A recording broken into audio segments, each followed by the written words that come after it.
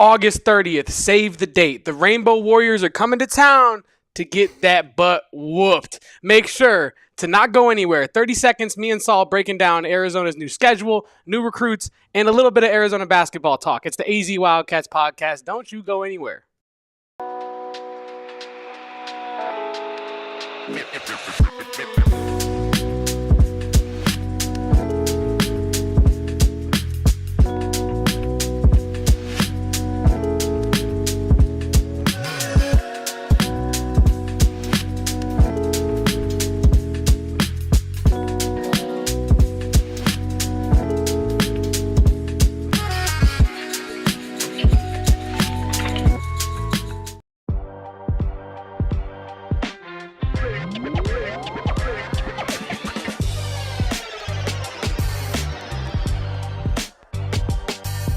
Welcome in, everyone, to the PHNX Circle K Studio K, presented by Circle K. Make sure to join the Inner Circle for free by downloading the Circle K app today.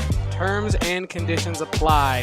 I got my guy Saul Bookman in the building with me today yet again. Last night we were up late talking some Arizona Wildcats basketball, and today we are going to be, recapping a little bit of the game that was last night, but most importantly, Saul, how did you sleep last night? Did you sleep last night? And are you excited to talk a little bit about Arizona football today? Yes. I slept very well thanks to our friends in the cannabis industry. So there's that. And listen, you can always sleep well when you see your team play at a high level and accomplish a victory that a lot of people thought was going to be kind of a trap game of sorts. And BYU had only lost one time at home all season, and that was, I believe, the Texas Tech. So, no, it was a good night of sleep. Woke up refreshed, ready to go. As did I. I got a great night's sleep, went home, walked my dog, fell right asleep immediately after that. I'm telling you what, that was honestly the quickest I've fallen asleep in a while. I'm not going to lie to you. But it's not unlike last season when I was catching myself falling asleep watching Arizona's offense on the football field. But this season, Saul, hopefully it's a little bit different with the addition of Seth Doege and company to that offensive side specifically. The Arizona Wildcats dropped their Big 12 schedule yesterday, I do believe, and this is what it looks like. So like I said in the cold open, August 30th, Hawaii is coming to Tucson. September 6th, you got Weber State. Shout out to Damian Lillard for that one. And then Kansas State as well on September 13th. Now, some other notable home games are Oklahoma State, BYU, Kansas, and Baylor. Saul, when you look at this schedule, what initially stood out to you? Well, I mean, first, when you look at the schedule, you're looking at it's set up for Arizona to be able to bounce back this season. The first 5 of 6 are at home. That's the first thing that stands out to me. There's just a lot to like about that schedule. Now, it's funny because last year's schedule versus this year's schedule in terms of quality opponent, basically the same. I think it was like the team's records from the year ago last year was like 49-41. This year, heading into this year, is like 50-40. So it's not much of a difference in terms of quality opponent. And then the other thing is like they face the 4 teams that tied for first place in the Big 12 last year. They face them all. And so that's going to be tough. They've got their work cut out for them. But I think they're going to play 5 of 6 at home. And provided they get off on the right foot, I think it's a tremendous opportunity to be able to bounce back this season and really kind of, redeem the Brent Brennan era from a year ago, because I know a lot of people are concerned about where the future of the program is going after last season. Yeah, and I want to talk about that, the convenience of the home games on this schedule. Because when you look at it, the first 3 games are at home. Then you have a bye week, the week of September 20th, heading into the game at Ames, Iowa, against Iowa State. You come home for 2 weeks after that, facing Oklahoma State and BYU. I think that is crucial because you're getting 2 weeks at home in between 2 road games, one in Iowa, one in Texas. After the Houston game, you have a bye week. And then you're alternating, which I think is probably going to be the toughest travel part of the schedule. You're going from Boulder to Tucson, from Tucson to Cincinnati, from Cincinnati back to Tucson, and then driving up to Tempe for rivalry week to end the season. But I also do want to make note, Saul, that Arizona plays for the first time since joining the Big 12, Iowa State, Oklahoma State, Kansas, Cincinnati, and Baylor. this season. So some new faces in conference play, which has me excited because I know for one that, you know, the Pac-12 football-wise definitely balled out in its last year of existence. I guess its last year of proper existence. But I am excited for Arizona, like you said, to face some of the top talent in this conference and Well, kind of match itself and see what it has that next that's the year great. with Seth Doege and company. That's going to be a real test. No, it is, and that's the crazy thing about this. That man, if you look at every single school and their roster, I think just about every single program is bringing back their starting quarterback from a season ago, outside of like Colorado, obviously with Shador leaving, and then obviously Utah because there is no more Cam Rising after 15 years of football. He's finally gone. Did he get his So pension? I think he might have from the NCAA, not even just from Utah, just from the NCAA. So, but you look at across the board, you look at Levitt from ASU, obviously, Retzlaff at BYU, Beck at Iowa State, like Avery Johnson at Kansas State, Daniels is coming back at KU, like Hoover at TCU, like it's just it goes on, and then that's not even to mention the returners or the transfers, and we saw Devin Dampier absolutely destroy us last year at home in our home opener from New Mexico. He's at Utah now. Who knows who's going to be a starting quarterback at CU? Obviously, they got that high prospect that's going on there, but there's just a lot that is going to be tough for Arizona, and that's really where you're going to rely on Noah Fifita to have a bounce back season, because I do believe Noah Fifita is one of the top 3 or 4 quarterbacks in this league, but last year he didn't play like it, and you're looking for that big bounce back. I agree, and I think it is kind of primed for Noah Fifita to have a "you must have forgot" kind of season, right? With the addition of Seth Doege. Now he does lose T-Mac, which is a huge loss for Noah Fifita, the individual, because he's someone who's used to having T-Mac to the F. There it is. I got the same shirt, Saul. I've been getting the same compliments on that shirt. My kids Shout got out to me this University for of Arizona Christmas, School so. Store for that one. That is a great portion of the NIL collection. But it's set up, right, for Noah Fifita and this offense to have a bounce back year, because Ric Flair, whoo, that was a bad one, but woo, said it in the chat here. Does Brent Brennan have to win to keep his job? And I think yes, right? But I think it is set up, like you said, for Arizona to have somewhat of a bounce back year, because in order to have a better season this year, you just got to not go 2-7 in conference, right? And I think that the bar was set so low last year, ironically, that, if Brent Brennan has an average season this season, I think he probably keeps his job. But you do have to win, and it has to look better for him to keep his job. By win, I mean win more games than you did last year. I'm not saying go out and win the conference, although that would be amazing. But yeah, do you think that Brent Brennan has to, overperform expectations to remain in his job next season? I don't. I think more than anything, it's you kind of hit it on that very last point. It has to look better, right? You have to feel, as an Arizona fan, you have to at least see the pieces and the process and think, okay, I see what they're trying to do. I see where they're trying to go. I can live with the progress as long as it is progress, right? Last year, it didn't feel like that. It felt like nobody really knew what was going on the field. It felt like everything was kind of sporadic. There wasn't a lot of continuity. There wasn't a lot of chemistry. It was just a really, really off year. And I think as long as you can come back, if Arizona goes 5-7, but you can see the road ahead and you can see the schematic and you understand what things are supposed to look like, then I think you can live with it a little bit more. If they go 3-9 and they look lost as they did last year, then you can't live with that. And that's when Brennan's probably going to lose his job at that point. But they're trying their best to try and shore things up with the assets and the resources that they have available. And we'll get into that in a little bit when it comes to recruiting.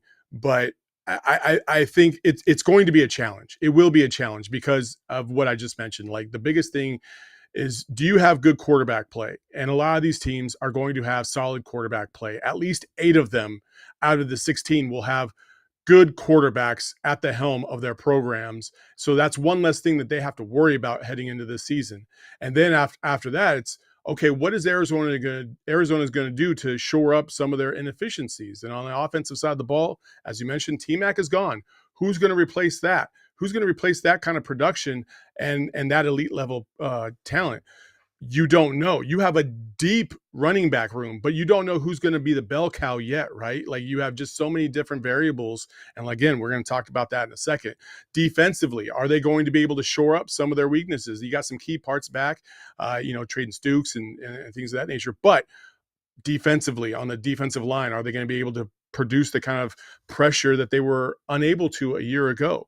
I think that in certain regards that they exceeded expectations, especially defensively. I think, provided they had all those injuries, for them to be able to perform at the level that they were to perform at, I think was respectable.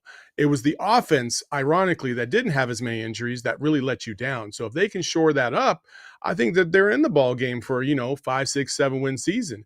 And who knows, they could even surprise us after that. But it is really going to be relying on how these pieces really come together and what this coaching staff is really going to really do to try and transform this. And obviously, Coach Doege is going to have a lot on his plate in terms of that. Yeah, I think you kind of are touching on the idea that Brent Brennan vocalized in his exit interview. The idea that he could do anything he wants. It can be good or bad in the offseason, but he knows that there's a subset of fans that are not going to care about any of that until they see the product on the field looking different. Because, while it's awesome to bring in Seth Doege and it's awesome to bring in all these transfer players, even more transfer players and commits that we're going to talk about here in a second, but you have to win and you have to look good doing it. I'm excited, honestly, for this upcoming football season because, like we touched on, this schedule is not exactly a murderer's row. There are some challenging games on this schedule, but it could have been a lot worse for Arizona, especially in the Big 12, right? And I think that you need to, if you're Arizona's staff, you got to look at this schedule like an opportunity, in my opinion. Yeah, I mean, I'm looking at the schedule, and the other thing that sticks out is when you look at week 3 through 6. So you have at home against Kansas State, which is not a conference game, by the way. Like we have to remember that was something that was already determined back in I think 14, 15. That was that they had signed that deal. What's that? Yeah, home and home. So this is the last of the home and home. This is the last time we play Kansas State, and it won't count towards our conference record. So that's at home, and then you go to Iowa State. Then you get home against Oklahoma State, and then you play at home against BYU. You have Kansas State, Iowa State, and BYU. All three teams are really tough. All three teams are going to be competing for the Big 12 title, and Arizona's got their work cut out for them in that regard. I don't know what to expect from Colorado this year. Without Shedeur, it's going to be very interesting to see how that plays out. And Travis Hunter as well. You lose both. Exactly. You lose both the heads of that monster. True. And then Kansas is kind of much like us. Kansas actually played some pretty good ball down the stretch last year, but they just started off so horribly, and they are looking to bounce back as well. So there's just a lot of variables, but you do have – listen, you take care of business against Hawaii and Weber State and Oklahoma State, Houston, and then Cincinnati. That's 5 wins right there. Those are 5 wins that I don't believe, if you really want to compete for a bowl game or get to the Big 12 conference championship, you can't afford to lose any one of those 5 games. That's a point blank. Yeah, I agree, and that's kind of what Arizona has in front of it, right? An opportunity to have a foundational level of improvement over last season that maybe if things break a certain way or if players are better than we're expecting as fans, things can look a lot better for Arizona next football season. And overall, I kind of want to ask your opinion on the Big 12 in general, kind of the health of the conference from a football perspective. We've been talking about how awesome it is on the basketball side of things. How challenging overall do you think this conference is going to be next season? I guess in Arizona's vacuum, but just in general. I think this time next year, if you have 2 teams that are 10-2, I don't believe one of them will get canceled out of the college football playoff. I will say that. I think what ASU did, and I hate to give ASU credit, but what ASU did to hang in there with Texas, and they should have won that game. Like, listen, like they stop them on 4th and 14, game over. They move on to the next round and probably get obliterated by Ohio State. Let's be real, but they would have beaten SEC school, and we've all long talked about like the SEC getting all this, being created all this favor, but I just really feel like a 10-2 team out of the Big 12 depending on who it is and what kind of path that it took for them to get there, deserves to be in the college football playoff. BYU, to me, was absolutely disrespected last year, considering the fact that they started off so strong. They were one of the better teams in the country, and they didn't get a nod to get into that college football. They didn't even get consideration to get in the college football playoff. And to me, they were one of the better teams. They were definitely one of the top 12 teams in the country alongside ASU. So I really believe that they will get more consideration this year if that should happen.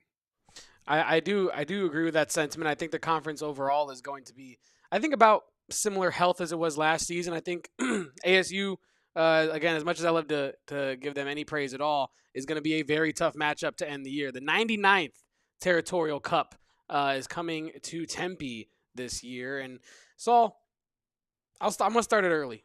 All right, I'm going to say this now before anyone else says it. Arizona's going to win that football game. I don't care. I don't care about none of the scouts. I don't care about none of the, has-beens like Cam Scatterbo. I don't care about none of that. All right. Sam Levitt, let me tell you something on 3, is not the best returner this season. All right. He's going to be really good. Okay. But Noah Fafita is going to be better. I'm sorry to say it, but the talent level that Noah Fafita has is upper echelon, being misutilized last season by Dino Babers. And Seth Doege is going to get him under center, get him doing what he needs to do, protect him, hopefully. And I do believe that Arizona will be able to pull off the upset in that game. I just wanted to get out ahead of it early in February before anyone in early November, is like, oh, Arizona's going to pull off the upset. No, I said it first, February 5th, 12:15 p.m. Mark the date, save the date, do whatever you got to do. I love the confidence, and I would wholeheartedly want to be on board with that. I really do.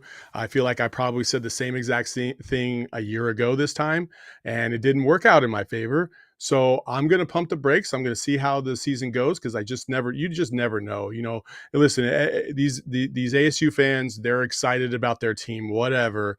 But we were excited about our team coming into last season too, and we absolutely fell on our face. And the same thing could happen to ASU as well. So I'm not going to take that off the table. You just cannot predict the changeover in college football from the transfer portal and recruiting year after year. And then on top of that, they lost a big key to their success last year in Cam Scatterbo. He's gone. He was 80% of their offense. So are Sam Levitt and Jordan Tyson going to be able to hold the ship? I don't know, but I also know that Arizona has a lot of variables that they got to figure out about. And that's the only reason why I'm not going to make a prediction like you and go out on a ledge and say, yeah. Because listen, they got a lot of transfers from some small schools, and you never know how those are going to play out in terms of the quality of talent that is coming in from some of these outlets. So I have to see it play out. For instance, last year when we played New Mexico, I had a feeling in my gut, oh shit. I don't think this is going to be good. Right. But I held back because I was like, well, maybe it's just a rough first game. And then the NAU game kind of reinforced it again, because we barely won that game. I'm just like, I'm not feeling so great about this. But then you're like, well, we're going to go to Kansas State. Maybe, they're going to find a way to beat Kansas State and everything will be fine. We'll be back on track. We'll be 3-0. Everything will be all good. And then that did not happen. So I'm proceeding with cautious optimism when it comes to Arizona. And yes, Ralph, I understand T-Mac was a huge portion of the success for Arizona, but also for that same reason, Dino Babers was also a large portion of the detriment to Arizona football, which you do not have to deal with. So I don't want to hear it right now. And I do, for the record, I do say that Cam Scatterbo is a has-been in jest. He is literally a has-been at Arizona State. He has been at that school, no longer at that school. But no, that team is going to be a force to be reckoned with next season. And like you said, it is a highly volatile state of college sports right now. Things are up one year, down the next. But I just wanted to get ahead of it now because I will be picking Arizona in that game. I don't care what's going on in the season. Arizona could be 0 wins, and Arizona State could be undefeated. And I think that Brent Brennan ain't going to let that happen again. I don't know why I get that inclination. I just get in my gut. The same reason your gut felt wrong about the New Mexico game, which I also felt wrong about that game. it feels like an upset is brewing. We're gonna have another flag situation. I feel like. If you had to make a prediction in terms of who you think will win the conference, who do you think? If you had to pick today, who do you think it would be? Oh man, I haven't really. I'm gonna make a pick, but I haven't really done any of my homework in terms of Big 12 football predictions yet. But oof. I think. Oh man, I really like BYU's coach. I really think that BYU has a chance to make, and I feel like they're a lover scorned in a way, right? After the way last season ended, but whether you agree with their gripes or not, they have those gripes, and I think the chip on the shoulder is going to be real. I think Arizona State, unfortunately, is going to be a contender in the conference.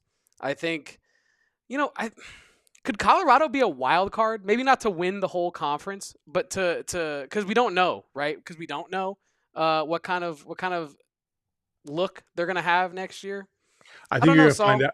I think you're going to find out a lot about. What do you say about that? I think you're going to find out a lot about Colorado this year in terms of Dion and Prime and his coaching abilities, because I do think Shedeur kind of masked some of the vulnerabilities of Colorado because of his skills, and Travis Hunter did too, let's be honest. So who's the real Colorado? We're about to find out. And I think we'll find out in the first 3 games of the season whether or not they're a legit program or not. They go 8-4, 9-3, then all of a sudden you're like everything kind of shifts, because you got to give Prime some love for what he's done with CU, but I hate to give them love at all for anything. So I'm going to refrain from that. For me, it's BYU. BYU to me is at the top. I think the sleeper for me would be Kansas State. I watched Kansas State. Obviously, I'm an alum and I went there for a year. I'm a University of Arizona Wildcat through and through. I have been for 42 years, but I spent a stint in Kansas for a year, and so I pay attention to what they do.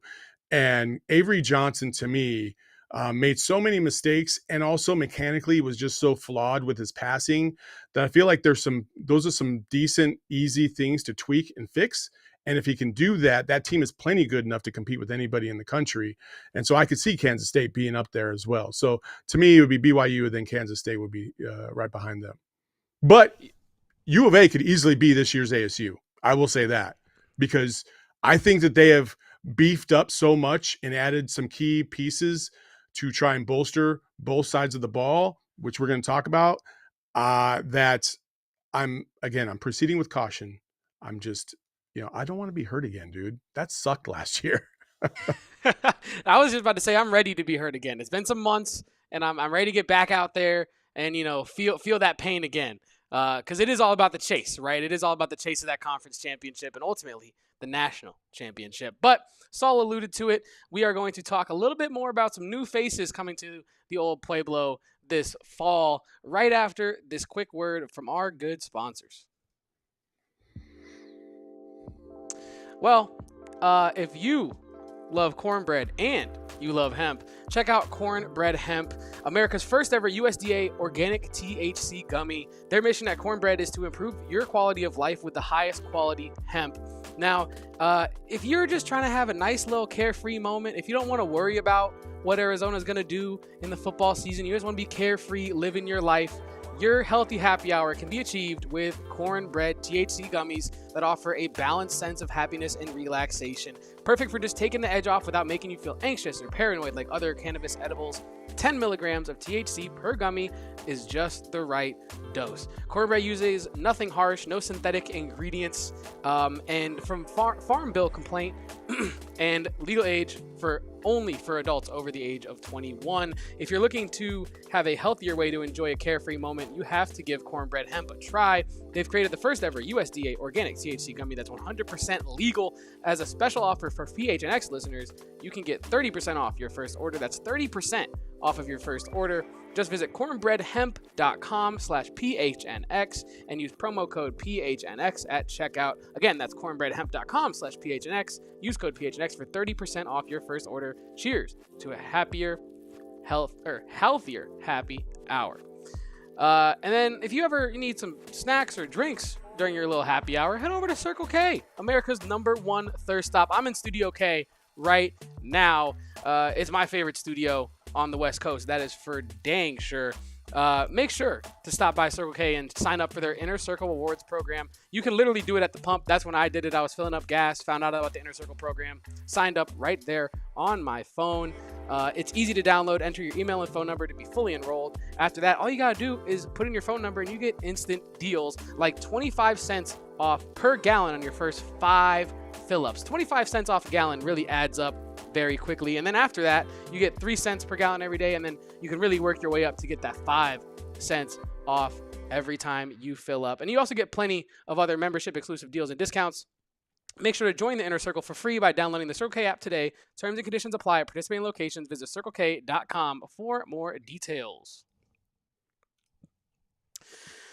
Well, Saul, Arizona last year roster was, let's just call a spade a spade. It was depleted by the end of the season, right? It was a lot of empty space on the Arizona roster, whether it be due to injuries, people transferring out, people graduating, going to the league, or whatnot. But Arizona is bulking up in one of the biggest areas, which is the trenches. Our guy Justin Spears, I guess, did the math and put this out today.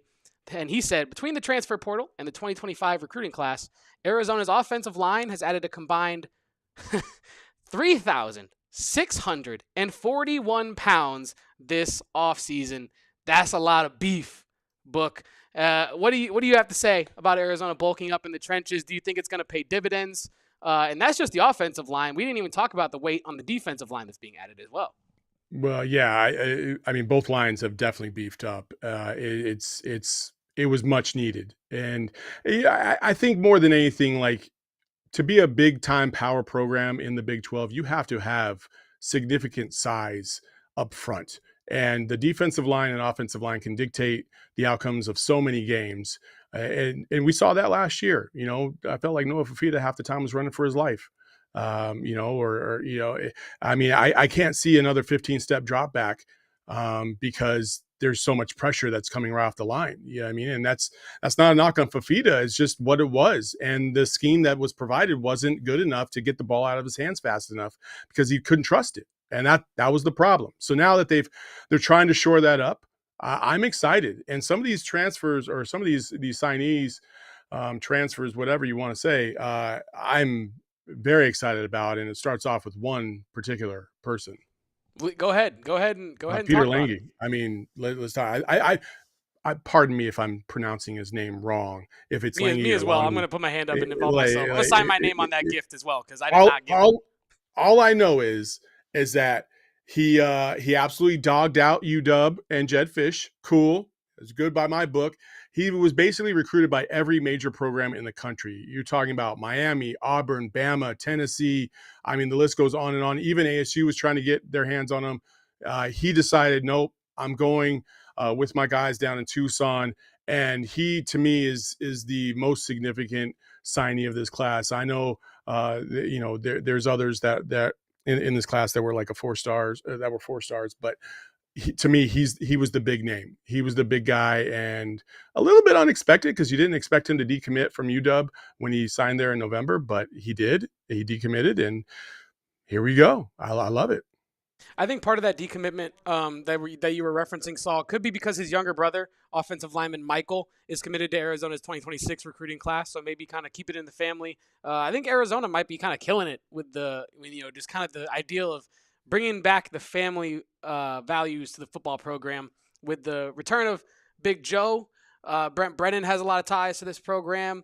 I think that Tre Spivey has ties to this state as well. So I think that overall I'm noticing a desire to make it feel more like family, make people really feel connected to the University of Arizona specifically. But yeah, no, 6'5", 330-pounder from Archbishop Riordan High School in San Francisco. I also want to say that Lospini Tupou also signed from that school in December for Arizona. So yeah, Arizona is finding its pipelines. Brent Brennan's finding his pipelines, which high schools he likes.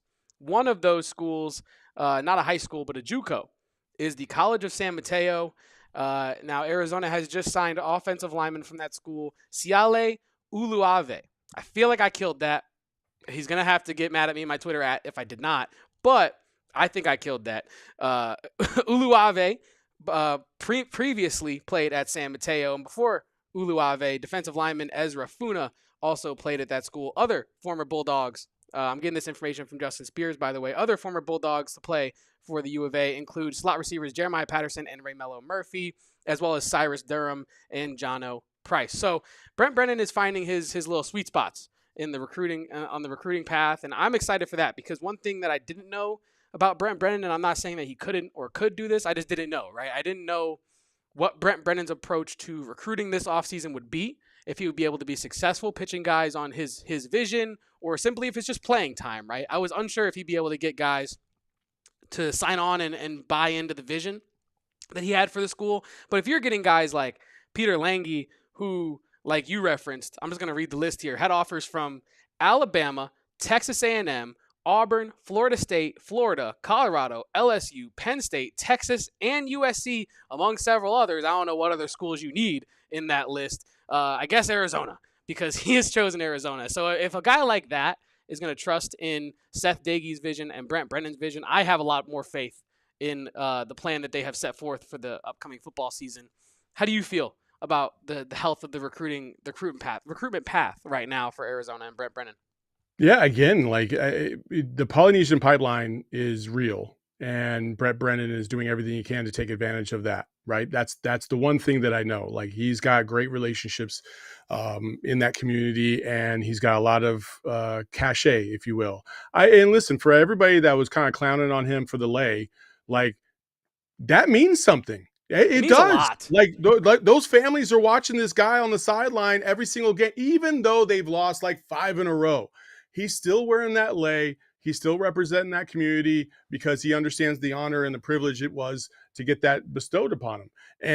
And he didn't want to disrespect that. And when you're talking about family environments, like, absolutely, that is vital. And these families will encourage their kids to go and be a part of a program that they feel like they have faith in, and that means a lot to them. So for everybody that was clowning Brent Brennan on that, like, they have to give him some love, because that did mean something. Whether it was the ultimate factor, I don't think anybody's making a factor off of a lay, but it is one of them, because it shows the character that Brent Brennan has, that these people think he has.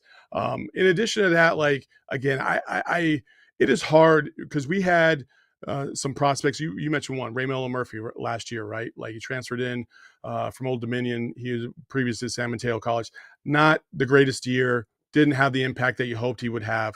These are the kinds of things that you are hoping that, from a talent evaluation standpoint, Brent Brennan and his crew have identified exactly what will and will not work for them moving forward. If they are able to tap in and get some of these transfers from some of these schools, if they are able to tap in and get some of this youth from these high schools or junior college transfers, and they have identified their kind of guy, then I think this will work out. But if they're just taking shots in the dark based on how they performed in a different conference, but they didn't see anything tangibly that could be transferred from one school to another at a higher level, then it's a lost cause, and we'll find ourselves right back in here. I will say this: you brought up Funa, and you brought up, obviously, Lange, in addition to Uluave, but they also signed, obviously, Cornelius Warren from San Antonio, who was also highly recruited. What's that? Corn.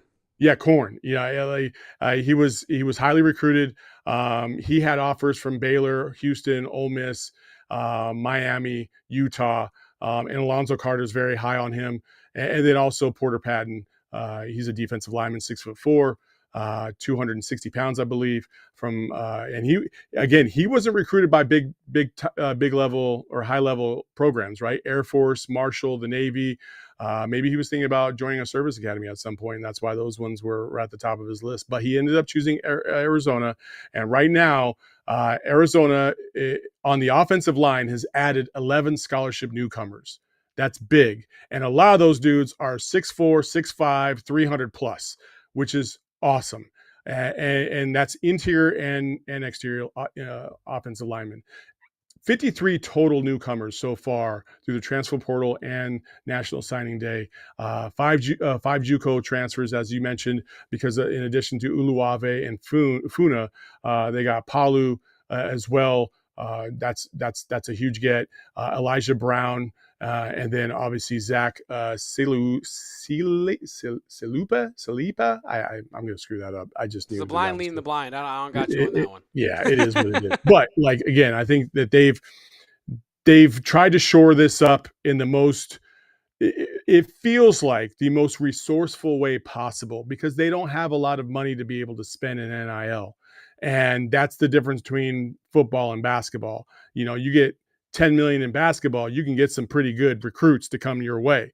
You get 10 million in football, not so much, right? Like that, you can only stretch that dollar so much. And so they're trying to take advantage of the resources that they have, and they're trying to tap into some emotions and some perspectives that maybe other schools can't provide because of who they have on their staff, and they have to get creative. And I think if you're looking at Coach Doege to come in here and kind of manipulate this, Salave'a to come in here and manipulate this and really try to position these players and this team in a way that they can best utilize their assets, then they're going to be successful. If they just try to plug and play them into a scheme that doesn't work, then we will absolutely be another travesty this year. So I proceed with caution.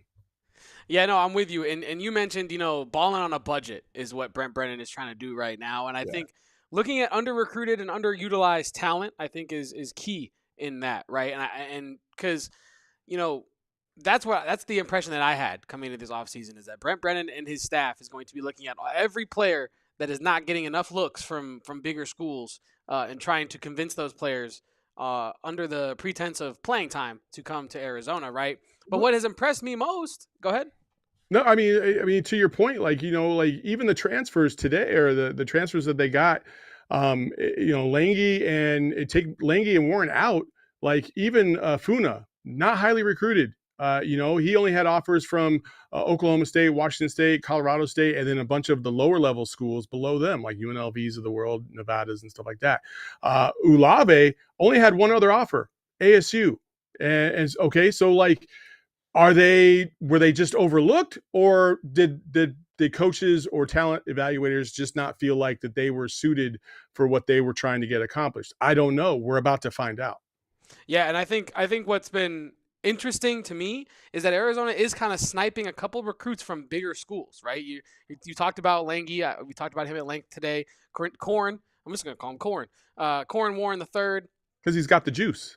I can't name a more beautiful thing, right? I mean, it's great. But no, Corn's offers were, like you mentioned, Baylor, Houston, Texas Tech, Miami, Ole Miss, Utah as well. So Arizona is kind of able to convince some of these guys that have really AAA offers to come to Arizona, which I think is something to throw a caution flag up at. Kind of note in your head that yes, this recruitment team that for Arizona really can sway some guys. I also want to note that for Cornelius Warren, he was recruited by Marshall, where Seth Doege worked last year. So this is a player that Doege has fully scouted, apparently, I would assume, and is really excited, along with Alonzo Carter, obviously, to bring into the offense. Four new running backs for Arizona this year. I'm excited for the running back room. Continue. That running back room is ridiculous because, as you remember, Wesley Yarborough, he signed in the last signing period. And, you add him to, a running back room that already has, Risano in the fold, and then Ismail Mahdi from Texas State, Quincy Craig, and then Mike Mitchell from Utah. Like, that's I don't know who's going to play a lot. Like, I just don't know. And that's the good thing. That's a lot of competition for those guys, 6 guys in that running back room that are going to have to try and do everything they can to separate themselves from the other. So every little rep is going to matter, and that's going to push these guys to be the best that they can, which is encouraging.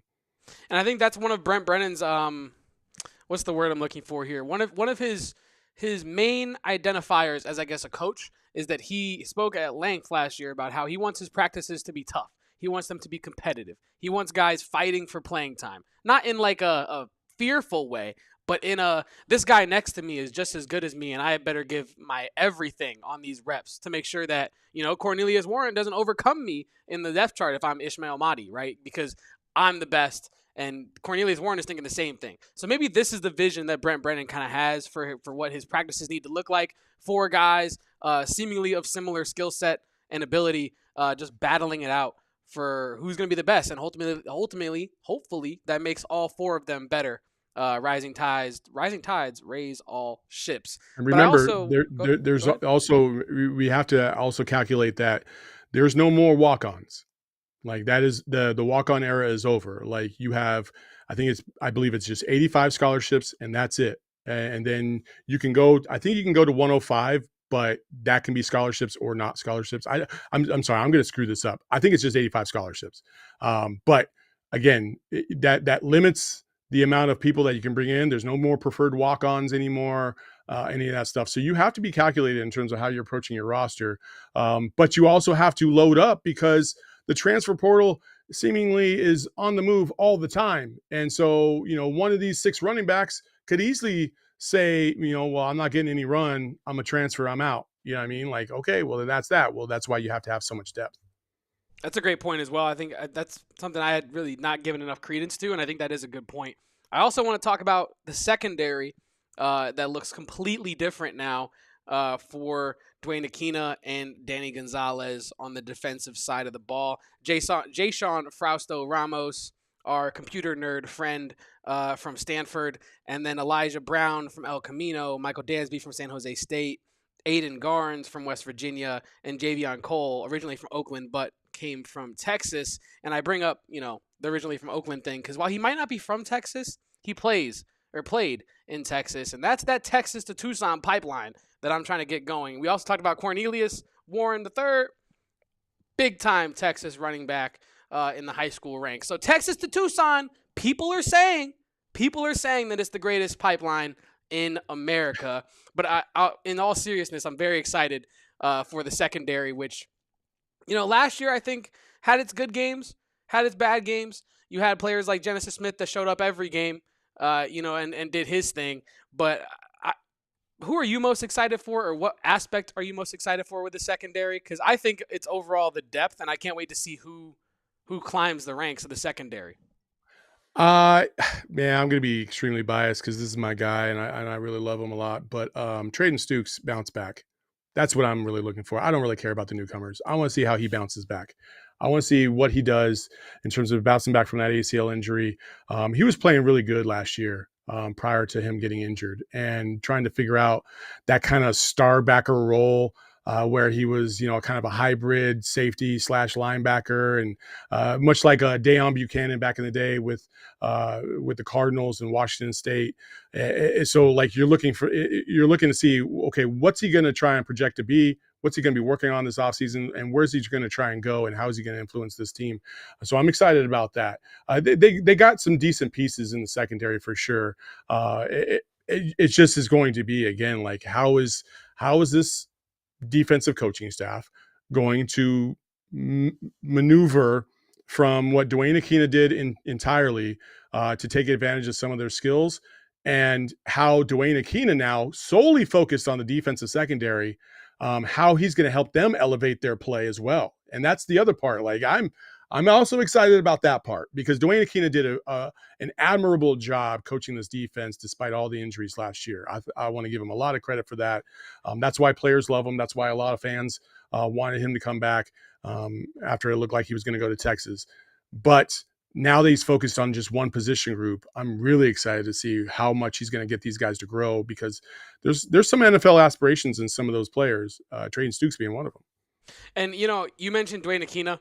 I am very excited to see the secondary unit under Dwayne Aquina, like you said, solely focusing on one unit, because I think admirable was the right word. I think a lot of fans admired the way that the defense continued to fight through adversity last season. It wasn't always the results that we as fans had hoped for, but I never thought that the defense had given up last season, right?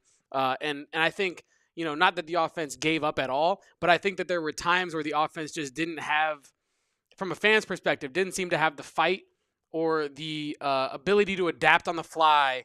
And I think that kind of is also playing into that fight word, right? The ability to adapt on the fly and change things that aren't working in lieu of something that might work. Even if it doesn't work, just trying new stuff. I think the defense was doing that. The offense was not. And I'm excited for what Dwayne Aquina can do with some of these newcomers and with some of the returners like Trayden Stukes, like you said.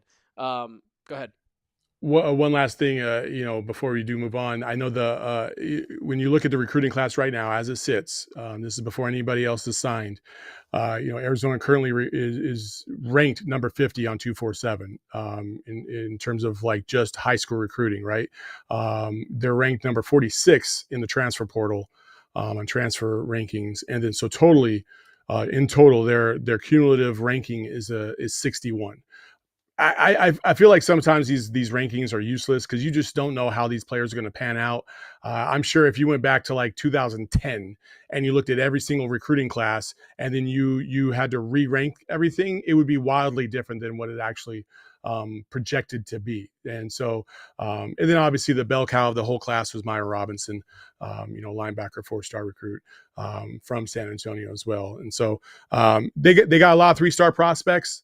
They got a lot of transfers. They got a lot of guys that are coming from JUCO. Hey, Brent Brennan, year 2. This is your program. We got a redemption squad, man. Redemption squad. This is the redemption squad. It has to be. It has to be. The redeem team, dare I say? All right, no, I'm done.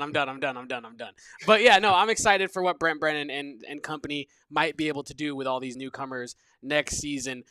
We still got a basketball season, though, to finish out here in Arizona. And Saul and I are going to talk a little bit more about some housekeeping items for Arizona basketball right after this break.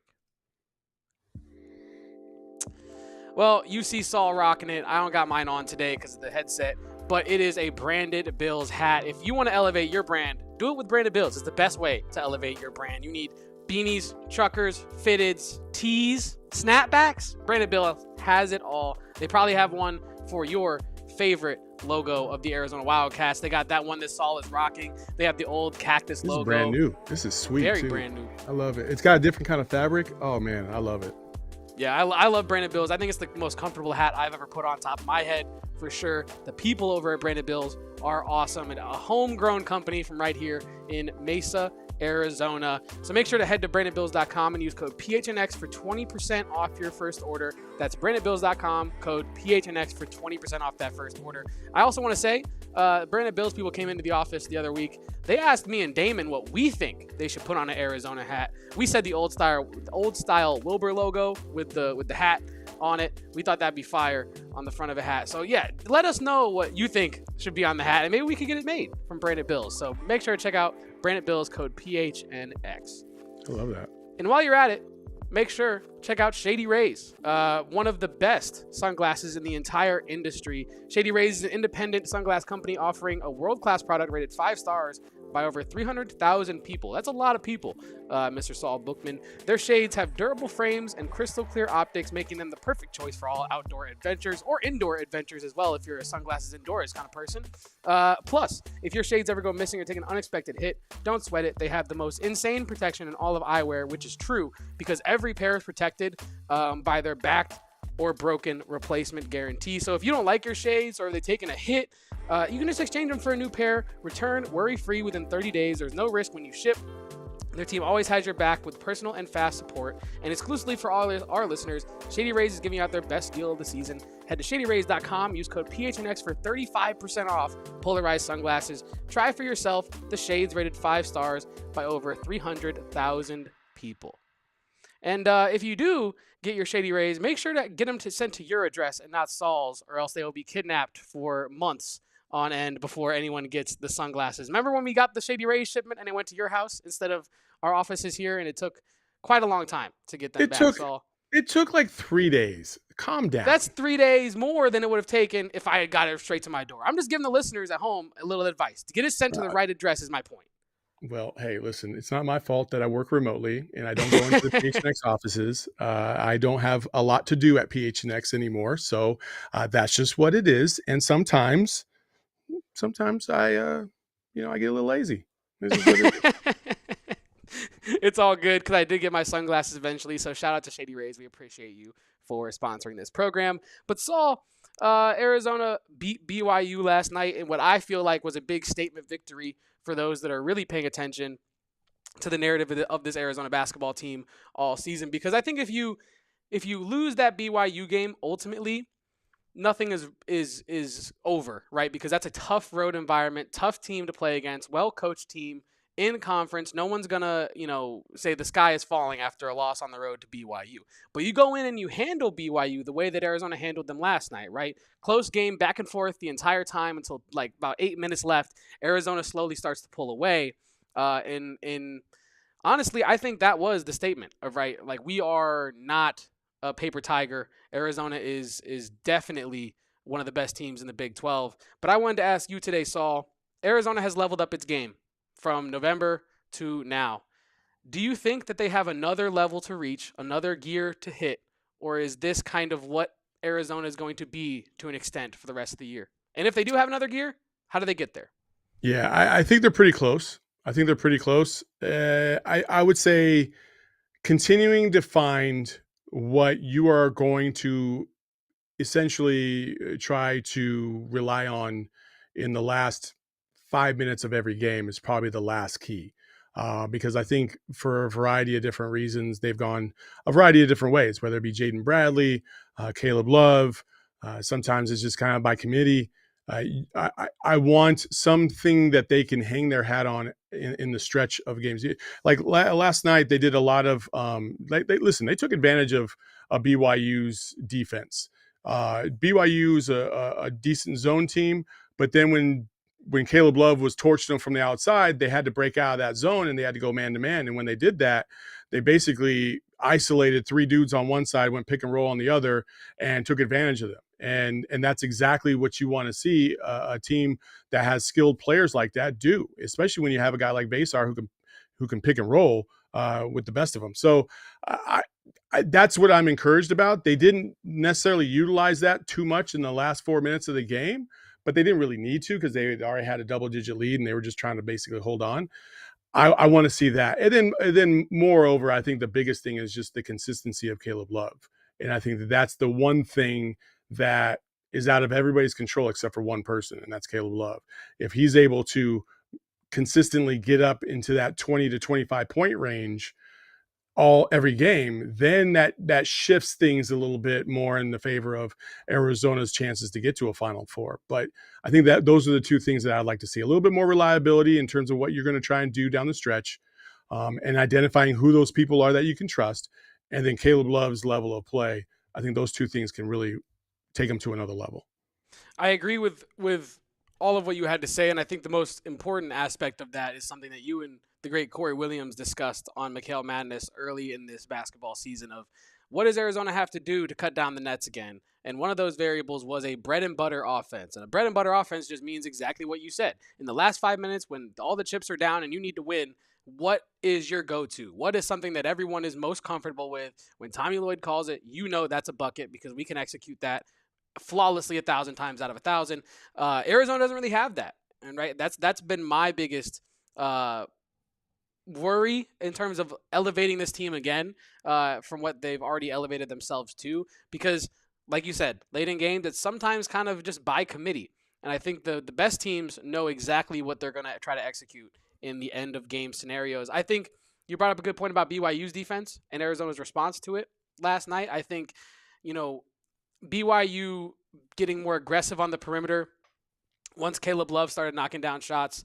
I think Arizona's players did a great job of cutting to the free throw line, finding the soft spots in the defense. I saw a lot of floaters from Jaden Bradley, even Tobe Awaka. Caleb Love was able to get right into that between the restricted area and the free throw line to get their shots off. And that really was encouraging for me because while you might not have the bread and butter, if you can find soft spots in a defense that is throwing new looks at you, it might not be just as good, but it might be just as effective. Yeah, I agree. I think the thing that people I think get confused about points in the paint is they just think that that's like a big man stat. But what Arizona did last night in terms of like KJ and Jaden and even Caleb getting into the paint, hitting those floors, hitting those little mid-range key shots, I think those are just as effective, if not more important, because when guards penetrate, inevitably you get the defense to shift in your favor to provide outside shots. That's why a guy like ADO, he might not be effective right now against like some of the better teams in the conference, but I promise you he's going to get his opportunities throughout the season and the rest of the season and also in the tournament, because if this team can continue to drive and touch paint, he will get more open looks because they're going to have to sag in. They're going to have to play in. The weak side is going to have to cheat a little bit more. Like all these little tweaks to where you can hit him over the top, hit ADO for a wide open three. And we've seen him be able to do that. We saw him a couple weeks ago against Colorado, just torch Colorado from the perimeter. And I can see that scenario playing out. I think a guy like ADO is a perfect example of he needs everybody else to be able to set him up for success from the perimeter. And he could be a key attribute. You remember guys like Jordan Mays, right? Jordan Mays wasn't a prolific three-point shooter, but he could hit enough. And there was times where he just played the off-ball role really, really well. While a guy like maybe, my God, why am I forgetting my guy's name? Point guard ended up transferring to Iona. Why am I forgetting my guy's name? The point guard came with that whole class with Derek Williams. Oh, damn it. Not Nick Weiss, the guy after him. Anyway, one of my favorite point guards too, and I can't remember his name. Anyway, was it Lamont Jones? Oh yeah, Momo Jones. Yeah, there you go. Thank you. He would penetrate and then kick out and have guys like Jordan Mays. They would play a nice little 1-2 game. These are the types of scenarios you want to find yourself in if you're Arizona. Yeah, and I think that, when you talk about ADO, right, I think I've been impressed with ADO despite his defensive shortcomings this season because I didn't think he'd be able to compete in the conference at all, right? I thought that it would not – they're seeking him out, though. They are seeking him out. They are. They're trying to make him a pigeon for sure. I'm not saying he's been impressive in the conference, but I was thinking that we'd be talking about ADO the same way fans talk about Trey Townsend, right? Where as soon as he's on the court, whether he's doing good or bad, fans at home are like, oh, get Trey Townsend off my TV screen, which, fair or unfair to Trey Townsend, my point is I thought we were going to have that same reaction to ADO this year, and I'm not noticing that because of the potential of him to knock down some open threes. You and Corey had a very insightful conversation. Check out our last episode of McHale Madness, another one coming up tomorrow night. You had a very insightful conversation where Corey kind of outlined the chess match between two coaches on the sideline. One, Tommy Lloyd, who has just put in ADO, a defensive liability, but he's out there to get a couple threes before Tommy Lloyd has to sit him down. And then the other coach who's like, all right, well, how can I utilize ADO's defensive shortcomings to get him out the game as quickly as possible? Because I don't want that guy shooting threes because he can knock him down. And I thought that was a very, clarifying conversation as to ADO's role on this team as, brother, you're out there to be a sniper, and if you're not sniping, you're going to be sitting in the nest. You know what I mean?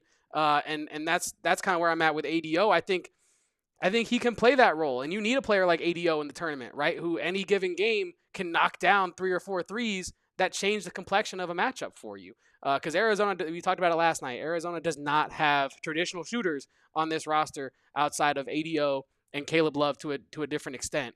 And so, yeah, I think utilizing ADO is going to have to get real creative toward the tail end of the season because you got teams like Houston coming up, Iowa State, who's already seen him, BYU, who's already seen him.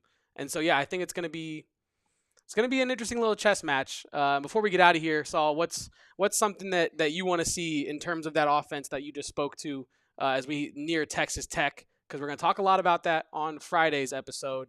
But just a little teaser for the fans at home. What's something you want to see from the team? Well, honestly, like offensively, Trey Townsend needs to identify what he is. And I think that's another level of that Arizona can achieve. And so Trey Townsend kind of waffles between wanting to be a power player at the rim and kind of a finesse player on the perimeter. I need him to just be as physical as possible down low in the paint. I'm done with the 3-point shooting. So that's what I'd be looking for, obviously. Yeah, I am with you on that. I'm excited for Friday's show where you and I are going to break down everything having to do with Arizona's matchup against Texas Tech. No show tomorrow. We are off on Thursdays, but like I just said, we're back on Fridays. But if you're just fiending for some Arizona Wildcats sports, we got some McHale Madness coming to you live tomorrow night. Yeah, that's only all basketball. We talk about is hoop. We just ball. That's all we do. Shout out to Max Hazard. Sorry, I was hooping. That is how Saul and Corey get down over on McHale Madness. But yeah, make sure to check it out tomorrow night, 7 p.m. I do believe is our regular time. And this has been the AZ Wildcats podcast from Kevin Thomas. Check me out on Twitter at KevoPosts. Our show is at PHNX_Wildcats. Saul, where can they find you doing everything you do? You can follow me at Saul_Bookman. Simple enough. I love that. Makes it easy on me. Saul_Bookman. Shout out to Saul for helping me out this week with my guy Damon in Nolans for the Super Bowl. And like I said, this has been the AZ Wildcats podcast. I appreciate each and every one of you for tuning in today. Shout out to everyone in the chat. And if you have not already, please make sure to leave a like and subscribe to this channel because it makes my heart grow every time someone leaves a like. And, one day my heart might explode. But I appreciate each and every one of you. And this has been the AZ Wildcats podcast. See y'all on Friday. We all silly like the mayor.